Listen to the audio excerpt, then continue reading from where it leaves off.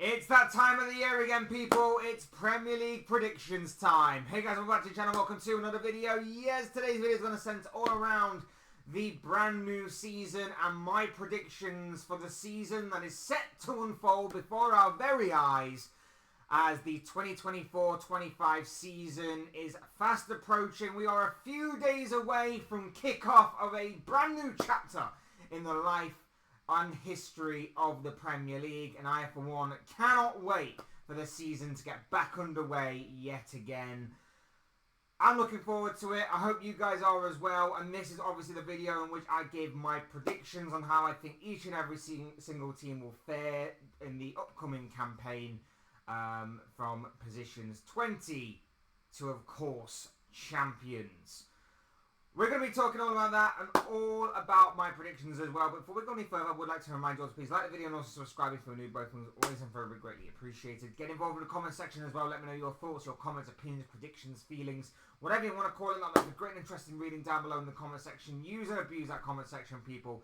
Talk to me on this. Let me know what you guys are thinking and feeling ahead of the new season. Give me your predictions as well on how you think your team or every team or a fair few teams will fare this upcoming campaign. Cannot wait to hear from you all on that. Sure, it'll make for great and interesting reading. But without further ado, let's get on with the video. Let's talk Premier League predictions.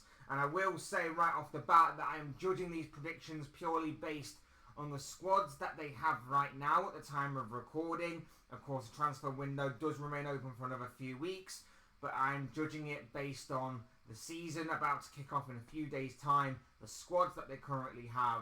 So I'm just going to get that out of the way first and foremost. Of course, these predictions could change, and I might actually bring out another updated Premier League predictions video should, of course, certain things happen later on in the transfer window that I personally think could affect my personal predictions. But now that I've got that kind of disclaimer out of the way, let's get on with it. Let's talk Premier League predictions. And we're going to start with 20th. And that's where I see Southampton finishing. Yeah, that's where I see Southampton finishing rock bottom of the Premier League. And it's unfortunate, but someone's got to finish there. My personal issue with Southampton is goals. Do they have enough goals in their team? Russell Martin's done brilliantly well to turn around the fortunes of the Saints and obviously bring them back up to the top tier division of English football. He did brilliantly well in the Championship last season. But my issue is going to be, do they have enough goals to survive this current campaign? I think they've done well to recruit in some areas.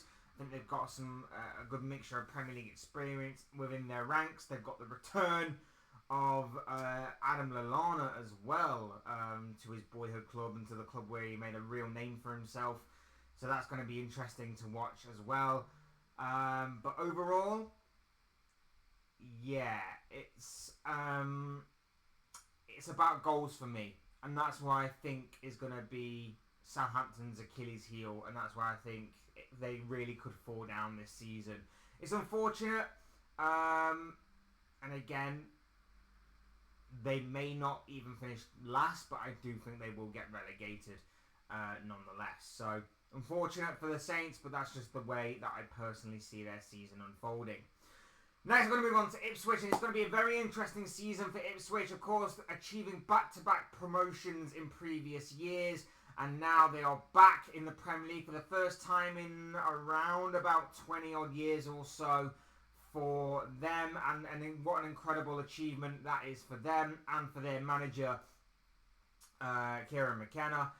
Of course, McKenna was being tipped to maybe join Manchester United this summer as the speculation unfolded surrounding Erik ten Hag and the potential of him being sacked from his position at Old Trafford. But of course, that didn't come to fruition. He decided to stay at Ipswich, and I'm looking forward to seeing what they have to offer for the Premier League this season. I think they can obviously bring something different and something unique to the Premier League.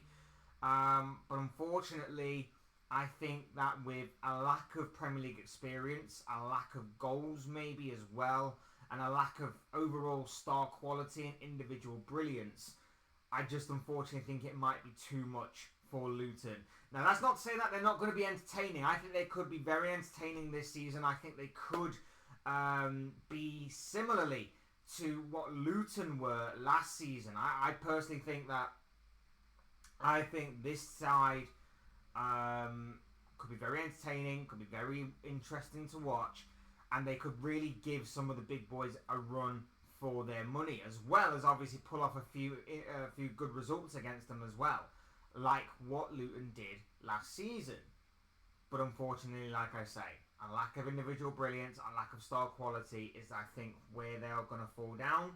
And that's where I see them being relegated back down to the Championship for the following campaign, unfortunately for them. Next up, to complete the relegation battle, I have gone with a clean sweep of relegated teams to go back down. Similarly to last year, I have gone with the 3 Premier League new boys to go back down to the Championship, as Leicester, for me, complete the relegation zone. I've gone with the Foxes in 18th, and the big reason for that is I personally believe it has to do with this points deduction that is seemingly looming over the club. I think probably Leicester have the better squad out of the 3 teams that have just come up from the Championship to survive. I wouldn't be surprised if they did manage to stay up. But at the same time, I think the points deduction that is seemingly looming over the club is going to be a big hindrance on them. And with that hindrance, I just personally think it might be too much for them to handle, and they'll be going straight back down again. It's unfortunate, it's horrible, and of course it's ridiculous that they're even getting a points deduction despite the fact that they spent last season in the Championship. They come up and their first act is to obviously get this points deduction, which hasn't even been given, by the way. They've had all summer to go through this and to see what their punishment will be.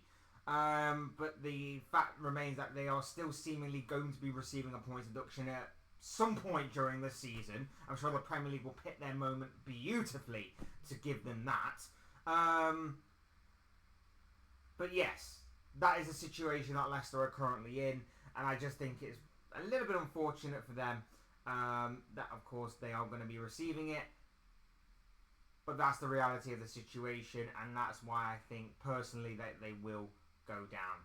Going to be interesting to see how Steve Cooper does this season. We know obviously he thrives on being that underdog. We know he's been in this situation before, having guided Nottingham Forest, who were then a Premier League newcomer, to safety in his first season back, or in their first season back in the Premier League for around about 20 or so years as well. So Leicester's return is going to be a big uphill struggle for Steve Cooper and for the squad and for the players and for the fans and everything. But it is going to be very interesting to see how they react and how they do. So I'm interested to see what the future holds for Leicester. I personally think they could survive, but I think that points deduction will be the difference maker at the end of the day, depending on how severe that points deduction does go. Next up, we're moving on to Nottingham Forest, who I think will finish in 17th. Now, I wasn't so sure about this one, in all honesty, but I think another 17th place finish, being the 4th worst team in the division, is going to be enough for Forest. Now, that's not to say that they haven't recruited very well. I think they have recruited very well. I think they've bought a couple of decent players. I think that Elliot Anderson from Newcastle looks to be a solid purchase as well. My main issue for Nuno Espirito Santo's side is going to be goals. I think they have enough about them in terms of Premier League experience to survive. I think they have enough about them to obviously keep their heads above water, so to speak, this season. But goals, I think, are going to be an issue. Chris Wood's form last season was brilliant and completely unexpected. Got a few more goals than what I imagined. But can he replicate that form? Taiwo Awoniyi, clinical in front of goal, but can he stay fit for long periods of the season to obviously help Forest in their relegation battle? Morgan Gibbs-White creates plenty of opportunities, more so than I ever did really imagine, and has got a few more assists than I ever thought he actually did. whilst in a Forest shirt. He's going to be pivotal and vital again to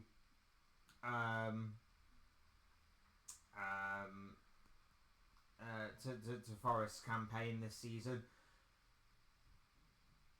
But I don't know, unless obviously they change something within the final few weeks of the Premier League transfer window, and obviously they managed to bring in a clinical enough striker. I'm not 100% convinced by their attacking options, in all honesty, and that's where I think they could really fall down. But yeah, Forest will keep their heads above water yet again. They will survive. But I just think it could be a case of an issue with their front line, in all honesty. 16th position, I've gone with Brentford. Now, it's going to be interesting with Brentford. I think they've got a couple of decent players in prospect that are obviously coming through. A couple of decent purchases this season. My issue is the Ivan Toney situation in their front line as well. If Toney does stay, that's obviously going to be huge for Brentford, but it's going to be a question of where his head is at. Is he going to be the Ivan Toney that we know and have rated since obviously Brentford came up to the Premier League, in which he's going to be an absolute handful for any Premier League defence? He's going to be scoring goals, creating goals, and doing all of that stuff that makes him the complete striker that he is? Or is he going to be not interested, so nonchalant that it's like he might as well not be there anyway? It's going to be interesting to see how that does occur. I have no issue with the way that Brentford play. I still think they will score goals, but it just probably won't be as many. I think they will have enough about them to keep their heads above water, similarly to Forest. But again, their front line, it's a bit untested, to be quite honest. It's a bit unproven. So, could be very interesting to see how Brentford do this season, but I suspect another steady season, I guess, for Brentford. They keep their heads above water. They survive another year in the Premier League. And then at the end of the season, we'd probably question whether or not Thomas Franks reached his peak with Brentford, or reached the end of the road with Brentford in terms of how far he can take them. But that may be a conversation for later on down the line. Bournemouth, 15th. The loss of Dominic Solanke is going to be interesting to see how they recover from that. He's, of course, gone to Tottenham. It's going to be interesting to see how they recover from that. Second season for Andoni Iraola in the Premier League. That can often be a difficult struggle for most teams, for most managers. But it's something that I'm interested to see how Bournemouth cope with. Last season, they did better than what anybody was expecting. I think I even tipped them to go down last season, but they survived. They survived pretty comfortably, and they did better than what I anticipated or expected. They played some good football at times, scored plenty of goals. Dominic Solanke was obviously a big part in that machine. This season, though, I'm not so sure. This season, I'm really, really not so sure.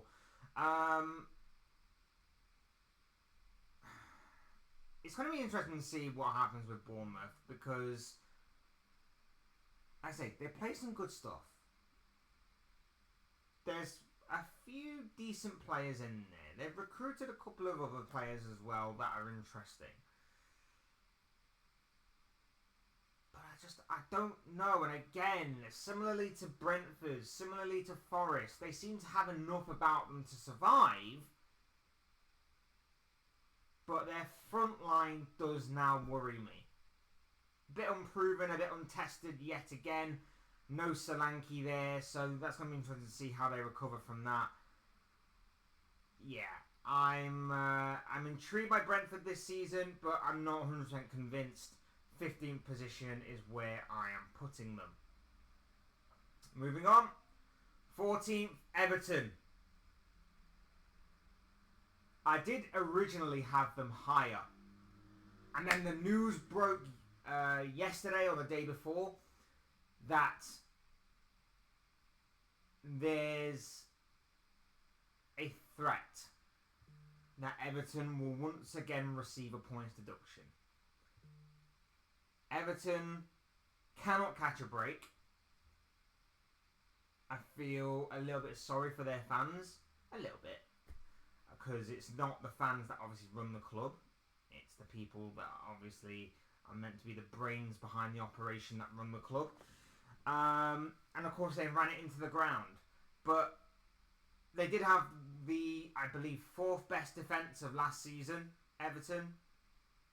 Sean Dyche will, of course, strengthen that up and reinforce that to make it just as strong this season, I believe. I feel like they can get goals in those moments as well that are going to be tight and that are going to be key, whether it be on the counter-attack or from set pieces. So I see them having enough about them to survive. I see them having enough about them to once again overcome the possibility of a point deduction. They'll safely stay up. And then from that point forward, who knows? But they're looking like they're going to be in for another battle off the pitch with the Premier League yet again. It's going to be interesting to see how that situation does unfold. But Everton will stay up nonetheless. I have no doubt about that. 13th, I've gone with Brighton. Brighton and Hove Albion. Now, it's going to be interesting with Brighton. It's a dawning of a new era at the Amex Stadium. Fabian Hürzeler. Hürzeler? I am so sorry, I completely butchered that name on probably more than one occasion there. Bit of an unknown manager. Coming in, stepping into the shoes of Roberto De Zerbi, who of course left at the end of the season. Recruited a couple of players, lost a couple of players.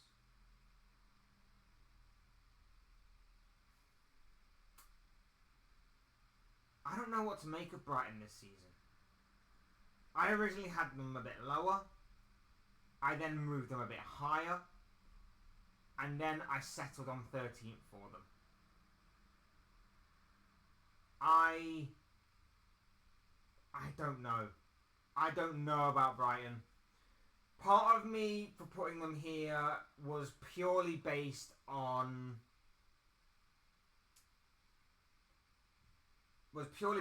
Brighton doing their research, Brighton doing their homework to such an extensive level that I personally think they'll be fine. I personally think they will be fine for this season. They'll survive safely. They'll be safe and sound, secure, mid to lower mid-table finish. Somewhere in that region, which is why I've gone for 13th. But I don't know. They really could finish anywhere. I really do not know with Brighton this season. So it gets a bit tricky from this point onwards, I think. And like I say, with a new manager at the helm, a manager who I've got no idea who he is, what kind of style he plays or anything like that, I really don't know. But there we go. I fitted them in 13th. I think they do have enough about them to survive. I think they'll be safe and sound. But at the same time, I'm really intrigued to see what the future holds for Brighton. Especially because, like I say, they do their homework so extensively on this that they normally do pull these players that we don't know about and these managers that we don't know about completely seemingly out of thin air to really help their club along. So I'm really intrigued by the Seagulls this season. So can't wait to watch them in action. 12th, I've gone with Fulham. I think the purchase of Emil Smith-Rowe is a brilliant one. If they can keep him fit, I think he could be a big player and a bit of an underrated signing, in all honesty, for the forthcoming campaign. Very intrigued to see how Fulham do this season. I'm interested to see if the likes of Muniz can continue his goal-scoring form from the last campaign. Very interested to see what happens. Fulham kind of disappeared last season. They really did sort of, as soon as they were pretty much safe and sound, they really did kind of phone it in a little bit and kind of just drag the end of the season out until obviously it was fully over and the rest of the games were played out. But yeah, back in action. I'm suspecting another sort of mid to lower mid-table finish again for the Cottagers. I suspect Marco Silva's side will survive pretty comfortably. But yeah, I think that it's going to be very interesting to see from Fulham's point of view. This couple of decent signings this season for Fulham. Like I say, I'm very interested to see how Emil Smith Rowe will develop and how he will adapt to Fulham. But at the same time, yeah, I personally see it as a comfortable mid-table finish for Marco Silva's side. Next up, 11th place, Wolves, Gary O'Neill's side to finish comfortably in mid-table. I'm interested to see the development. I like Gary O'Neill. I praised him a lot last season for the way that he obviously took to Wolves so quickly. Despite the fact that he was thrown into the deep end right at the beginning of the season, with obviously coming in a few days before the season was set to kick off. Pulled off some big results, pulled off some brilliant performances.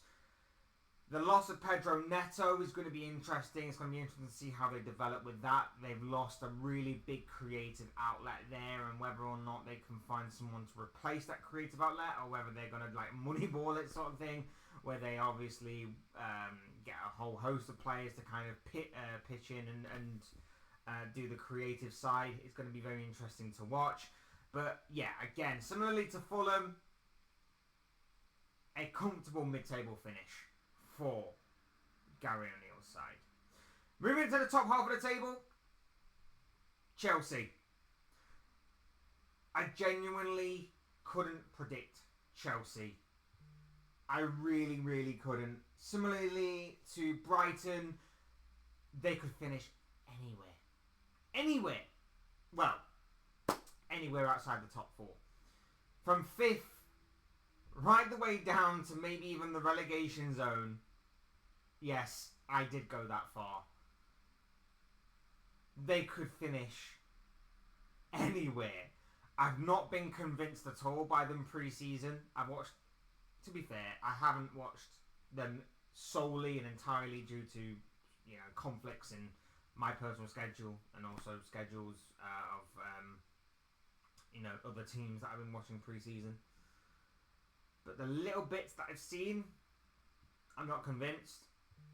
The transfer business that they are producing, really not convinced. And that's why I worry for the Blues. I really do worry for the Blues this season. They really, really could be in for another extremely long campaign again, in which is going to be just a case where every single team fancy their chances of beating them. It's going to be interesting to see how Enzo Maresca adapts to the Premier League. It's going to be interesting to see how some of these players that they've bought this summer adapt to the Premier League. But really, I'm not convinced by Chelsea whatsoever. They should find success in the Europa Conference League. So that might be their only saving grace for this season. But really, I'm not expecting anything major from Chelsea. They could finish higher than this prediction. They could finish lower. They could finish somewhere in the middle. I've gone with 10th. I really, really don't know what to expect of Chelsea this season, but I'm not suspecting any sort of successful season by any stretch of the imagination. I think it's going to be a standard season, unless, of course, you do count the Europa Conference League as success, and then by all means go for it. But it is what it is. 9th, I've gone with Crystal Palace. They were the informed team towards the end of last season, were Palace, finishing in a respectable position, considering, obviously, the position they were in before Oliver Glasner took over. Glasner really took hold of that Crystal Palace squad and really did shake it up a bit and really did well to finish the season. I believe 10th. I believe they just snuck into the top half to finish in that position at the end of the campaign. I suspect that Glasner will continue. I suspect that Glasner will continue to improve this Crystal Palace squad. I think there's been nothing to suggest that he won't. Obviously, only time will tell. We'll see whether it was just a flash in the pan kind of thing. We'll see whether or not it was a bit of a new manager bounce kind of thing. But yeah, it's going to be very interesting to see how he does with this Crystal Palace side. It's going to be interesting to see if they can obviously recover from losing Michael Olise this summer, and there are supposed links with other big players in the Palace ranks that are going to be interesting to see if they can keep hold of their key players between now and the end of this transfer window. So that's going to be interesting to take note of. But I like the way that Glasner plays. I like how he's changed this Crystal Palace side so quickly, and I suspect that with more time, he will obviously continue to improve.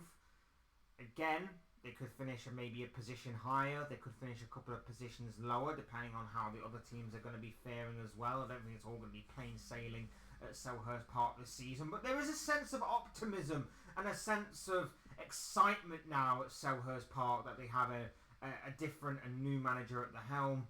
And of course you saw that at the end of last season, which is why they were able to pick up some very good results that helped them along their way to a top half finish. So I'm very intrigued by Palace, and I think that they can continue, and that is why I have got them finishing, in my personal opinion, of 9th place. Moving on, 8th place, West Ham United. Now, a slight caveat to this, of course, is the new manager, Julian Lopetegui. I'm not 100% sure what to expect from Lopetegui this season.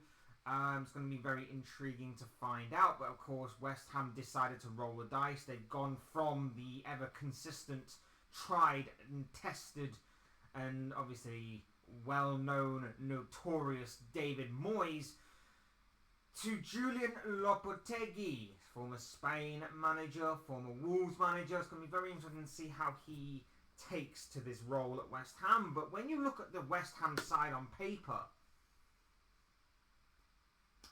it's not a bad side. Strength and depth-wise, it may be, not the best. But in terms of starting 11, it's not bad. It's not bad. You've got a decent goalkeeper between the sticks. You've brought in Aaron Wan-Bissaka to cover your right-back position. May not be the best going forward, but defensively pretty solid. You've got the rest of the back four that are pretty decent as well. I think Max Kilman is a decent signing. Todibo, highly rated, highly thought of, and of course was wanted by a fair few Premier League clubs, to be fair, including the likes of Manchester United. Of course, that's a decent signing as well. A midfield that looks pretty decent as well. Mohamed Kudus will be looking to obviously continue from his impressive debut season. Jared Bowen on the right, he's going to be another constant threat as well. Hopefully the Lucas Paqueta stuff does not, from West Ham's point of view, hopefully he is going to be his ever creative self. Hopefully he's obviously not going to be banned, shall we say, because that could be a massive absence for West Ham there. And I think the signing of Nicholas Füllkrug as well, I think that is going to be a very interesting and very underrated piece of business. I think it will turn out as the season progresses. I think he's going to be a big part and a big cog in that West Ham machine. So I'm looking forward to seeing West Ham this season. I'm very, very interested in watching West Ham and seeing how they do develop going forward. So that one could be very interesting. I've given them an 8th place finish. Again, it could be another couple of places lower, but I'm pretty confident with 8th place. I think they could be a team to watch this season. I think they could shock a few people, in all honesty. 7th, I've gone with Spurs. Now, again, I was not convinced by this whatsoever. Don't get me wrong, Postecoglou had a decent first campaign for Spurs, finishing 5th. I think a lot of that was down to how well they started the season, not so much so towards how they ended that particular campaign. But yes, how they started the season was definitely a big big helping hand to why they finished 5th last season, finishing the Europa League. Since then, Spurs have gone on to sell a few of their deadwood players, but they haven't really recruited anyone of note. Archie Gray, we know, is a youngster with plenty of potential and talent, but is he ready for the here and now? That will only remain to be seen. Dominic Solanke, big signing there, but again, are they basing it purely on one single season? Was that a flash in the pan kind of season? Was that a one-off season? Will he fit in with this Tottenham team? In my personal opinion, I think he will. But the issue I've got with Spurs in particular is the fact that their strength in depth is very limited. They've got a very good starting 11. A very good starting 11. But a couple of injuries to those players. And the depth behind them is, in my opinion, very poor, because it's very unproven, it's very young, and it's very untested. If something was to happen to, say, a Son, a Van de Ven, that could be curtains for Spurs. That really could be curtains for Spurs as far as any kind of improvement towards last season goes. It really could. And if Ange Postecoglou does not adapt his style and play, it could get even worse. Because if they continue to play with that high line, I would give it 5 games at the max before Van de Ven's hamstring goes. I'd give it 5 games before Van de Ven's hamstring does go, if they continue to play with that ridiculous stratospheric high line. The high line that's so high that Bob Marley would be proud of.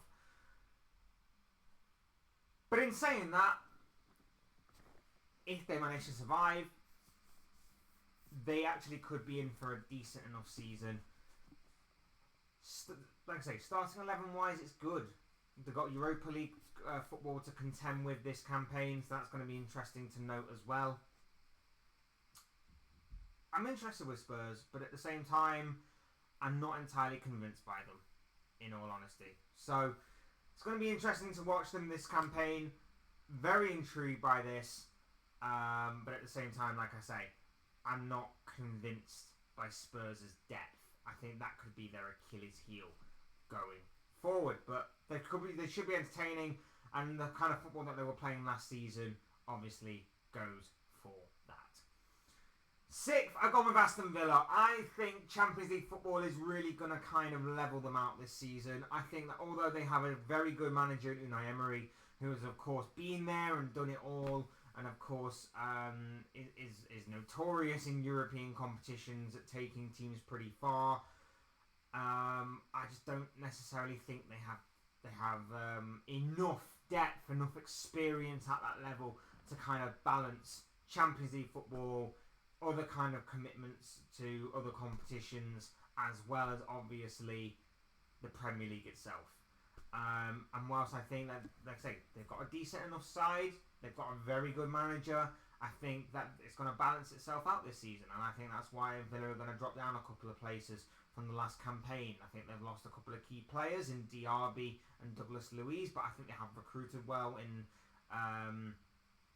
bringing in Onana. They've brought in Ian Maatsen as well to strengthen defensively.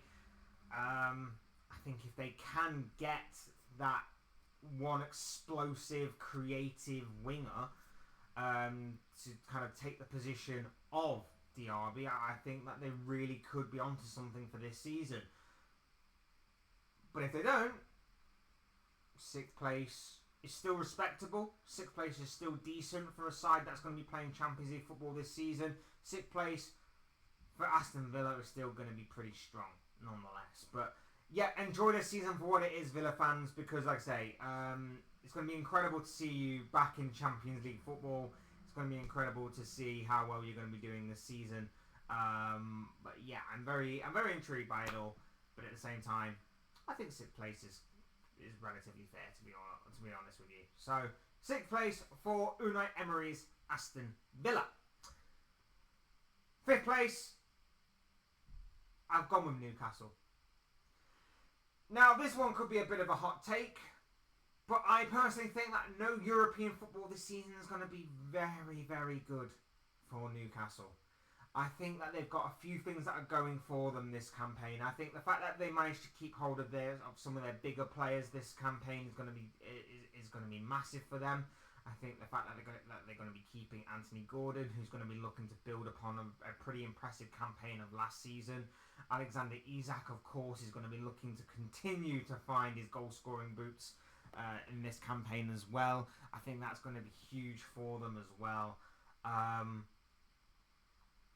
think it's going to be a big season for Newcastle. And not only that as well, but after September, Sandro Tonali is back. And I think that we didn't get to see a lot of him last season, but the little bits that we did, I was quite impressed by and quite looking forward to seeing him more and more. Then, of course, he goes and gets banned.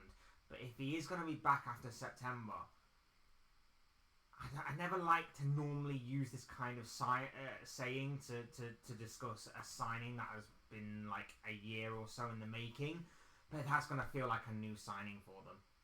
That is going to be a massive help in that midfield that obviously wasn't there for large parts of last season.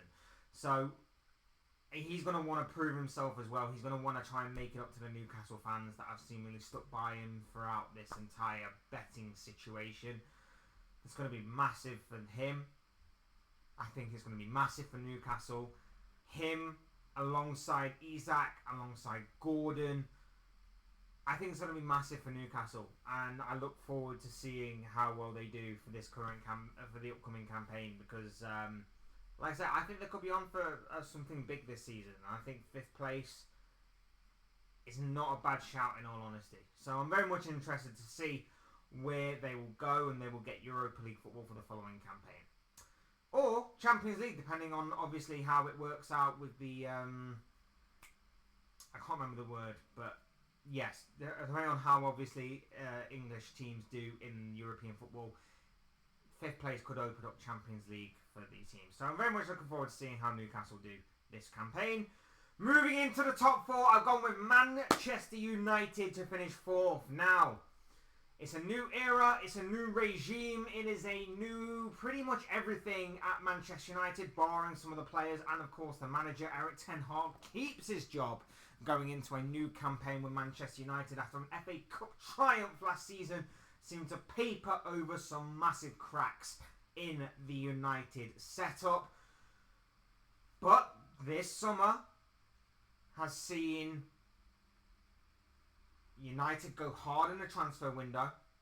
It has seen United change things backroom staff-wise, coaching staff-wise. They have seemingly given every tool to Erik ten Hag to succeed this season. But the pressure now is on Erik ten Hag. He has to get back into the Champions League. Stage 1 of this is get back in the Champions League. That is stage 1. And they have 2 avenues of doing it this season. Number 1, get top 4. Guarantees Champions League. The second one is win the Europa League. I personally think they can actually do both. I personally think that they can actually win the Europa League, as Erik ten Hag has proven. He's a decent cup manager so far. 2 cups in 2 years is nothing to be sniffed at. I personally believe that he can win the Europa League and also get top 4. I think some of the signings that United have made are pretty decent. The Lenny Yoro one looks interesting. Matthijs de Ligt coming in is going to be very, very good in my opinion. Mazraoui to cover both fullback positions is going to be interesting as well. I just think Joshua Zirkzee again, it looks another interesting prospect. It's interesting. It's very interesting and exciting and optimistic times at Manchester United right now. That, of course, we'll have to see how it transpires and how it plays out on the pitch. But there is plenty of room for optimism, and I can understand why at Manchester United right now. So, I'm going for a top 4 finish for them. I'm going with also a Europa League. I'm going to just throw that out there right now. I'm going for a Europa League triumph with them. I'm very much intrigued. Let's put it that way. I'm very much looking to see how United fare this season. And I'm intrigued by them. Even though they are rivals, and even though I'm hoping that this falls flat on their face and it all blows up and everything, I am very much intrigued by United. I will say that. Moving on, third, bronze medal. Liverpool, my club, my team. I still think, even with no signings this summer, they are still the third best team in the Premier League. I genuinely think that. I genuinely think that they are the third best team in the Premier League still, and I don't think they're going away anytime soon. I know that Arne Slot, obviously the new manager's coming in. It's a new era at Liverpool that we haven't seen for a number of years.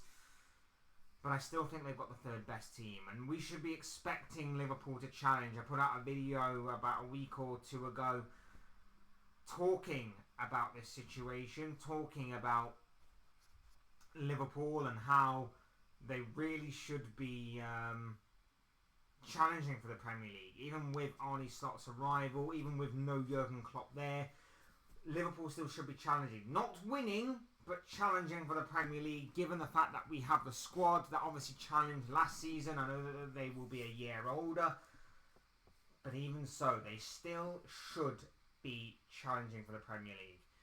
If we get Zubimendi, that not only strengthens Liverpool's squad, but also strengthens their position to, of course, maintain a third place finish this season. I don't think we go above and beyond that, but third place for me. Third place would be a decent, at least from a Premier League standpoint, would be a decent display by Arne Slot in his first season. And obviously, hopefully, then we can build upon it. Champions League football is back at Anfield this season after a year spent in the Europa League. That's going to be massive for the Reds, obviously, and I'm looking forward to that. They'll be defending the Carabao Cup. They'll be going again for the FA Cup. I'm expecting Liverpool to challenge on multiple fronts again this season, get far in some competitions, not necessarily win the Premier League, but maybe we could get domestic silverware elsewhere and really kick off the Arne Slot era with a piece of silverware and a third place finish. That, I think, would be very nice to kick things off by, but we will obviously have to wait and see. I still think Liverpool are the third best team in the Premier League, despite not recruiting anyone so far this summer. Very much intrigued and can't wait to see my club back in action after what has been a pretty interesting pre-season and pretty successful one at that. Second, I've gone with Manchester City. I've gone with Man City, so you can already guess who I've gone for first, of course.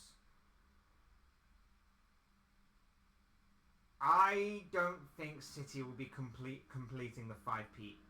I don't think they'll be winning their 5th Premier League title on the bounce. And the reason? I just think, Arsenal will have more about them this season. Even though I do have some concerns over Arsenal, which we'll get onto. My issue with City is that they came so close to losing it last season. They've come close to losing it before. My concern for them is going to be mentality. Can they go again? My concern for them is the lack of recruitment. It's not like City to rest on their laurels. Really unlike City to rest on their laurels. But losing Julian Alvarez, that could be huge. Now, I know that they've got some young prospects coming through from their academy. I know that they've signed Savinho, who looks a decent player, to be all honest. In all honesty, I've seen a couple of cameo appearances from him now. He looks a threat. He looks a danger.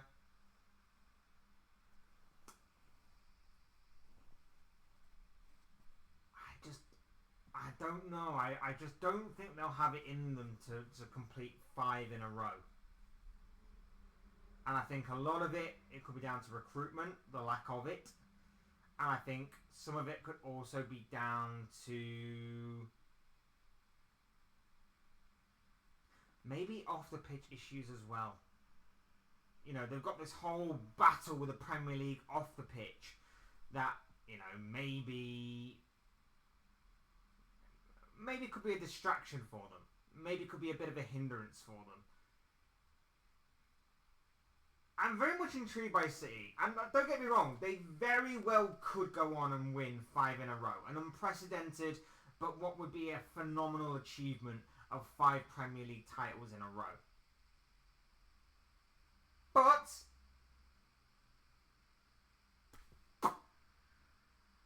yeah, I don't know. I'm just giving the slight edge to Arsenal because, number one, to finish champions, to win the Premier League title for what would be the first time in 21 years when it comes to lifting it, would be Arsenal Football Club, in my humble opinion. And the reason why, I think they have recruited very well. I like the signing Calafiori. If Mikel Merino is to sign, I think that's going to be a massive transfer and could be one of the biggest transfers, not just in Premier League history, but in Arsenal's history. That will really turn the tide in their favour, in my opinion, of this battle. I just think they have it in them this year. I just really think they have it in them this year to go that extra step and to finally take the step towards being Premier League champions rather than just contenders.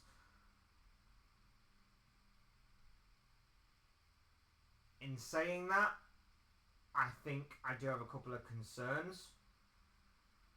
Will they be able to pull off as remarkable as a campaign as what they have done in the past couple of years? I'm not sure. Will the mentality of that Arsenal squad still be at maximum capacity? Because, as we know, missing out on the Premier League title two times in a row can play tricks on the mind. It can be pretty daunting at times. It can obviously take its toll on the players.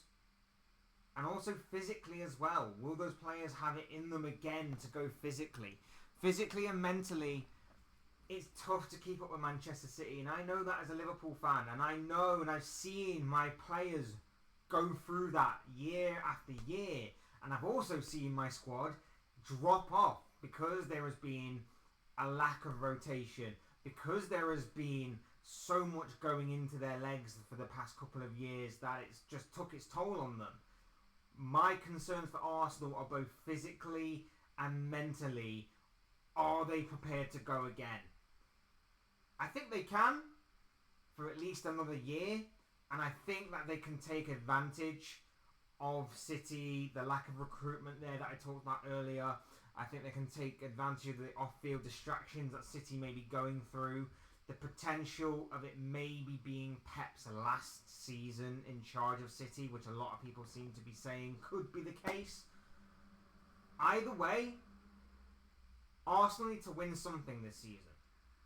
Whether it be the Premier League or not, they need to win something this season and finally show something for the years under Arteta that is just more than an FA Cup that they won the first half a year that he was in charge of them for.